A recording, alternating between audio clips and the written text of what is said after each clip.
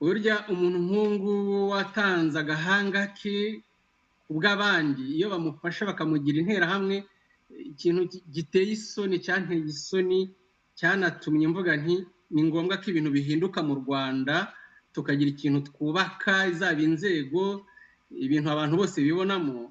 Ni ugufata umuntu nk'ungu, abantu nk'abo ngabo bakabita interahamwe. Ibintu byambayeho njye ubwanjye rwose, hari abantu bashyize ku ruhande, abari bo bashaka kunyumvisha ko ari abavandimwe banjye, bashobora kungira inama, bambaza batesi z'interahamwe uzizute, abantu se mupfana icyo. Kumbaza ikibazo nk'icyo ngicyo byari ugutoneka mu gisebe, kuko ntabwo yari azi aho navuye, ntitwari turi kumwe, uretse kuba yarambonye mpagaze aho ngaho tugahurira mu kazi. Ni uburyo bwo gupfobya nyine amateka y'Abanyarwanda no kutabona agaciro k'abatanze ubuzima bwabo ku bw'abandi. Kandi icyo ngicyo kiri mu misingi yatumye mvuga nti oya, u Rwanda Abahutu, Abatwa n'Abatutsi bagomba kurubanamo, nta muntu ushobora kumva ko ari hejuru y'abandi. Oya rwose, gufata abantu b'inyangamugayo beza bagombye guhabwa ibikombe by'uko bafashije abantu bakaba bakiriho, ahubwo ntabwo bababajwe n'uko ahubwo tukiriho twebwe. Bavuga bati abantu n'interahamwe zatumye ikibazo cyacu kidakemuka mu buryo bwihuse. Nuko nabyumvaga mu by'ukuri. Ni ibintu biteye isoni.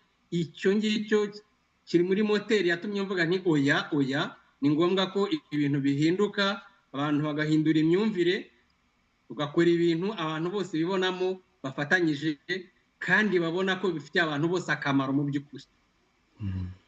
Noneho rero ku kibazo warumbajije, ntabwo byagarukira aho ngaho. Akarengane n'urugomo mu myaka 15 maze hano muri ubu Burayi, nari naricecekeye mvuga nti abantu nakubiswe imijugujugu kuva mu 2008, bampatira kujya kurahira mu ishyaka, banyerekeye ibintu byinshi byiza, ariko mu by'ukuri bikuyemo no kurenganya abantu, cyane cyane umuntu abaziza ko ari Abahutu kandi bitakagombye. Mbona uwo mutwaro ntawikorera, ntabishobora rwose.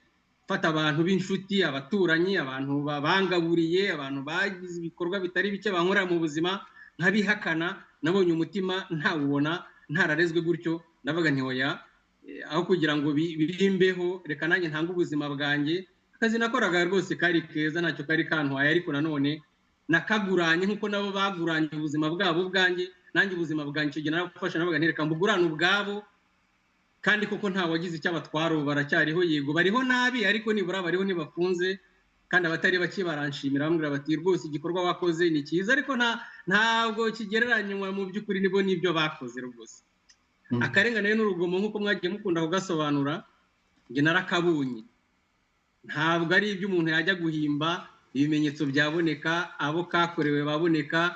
Ibyo navuga rwose nabitangira ibimenyetso. Ibyo byanyeretse rwose ko hari abantu bifuza kubaho mu Rwanda ari bonyine, abandi badashobora kurubamo, cyangwa se bakarubamo ari inkoma amashyi, ari abagaragu, nta gaciro bafite mu gihugu mu by'ukuri.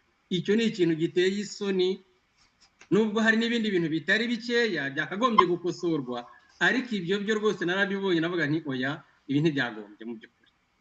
Ndumva hari wenda nabangarukirije aho ngaho.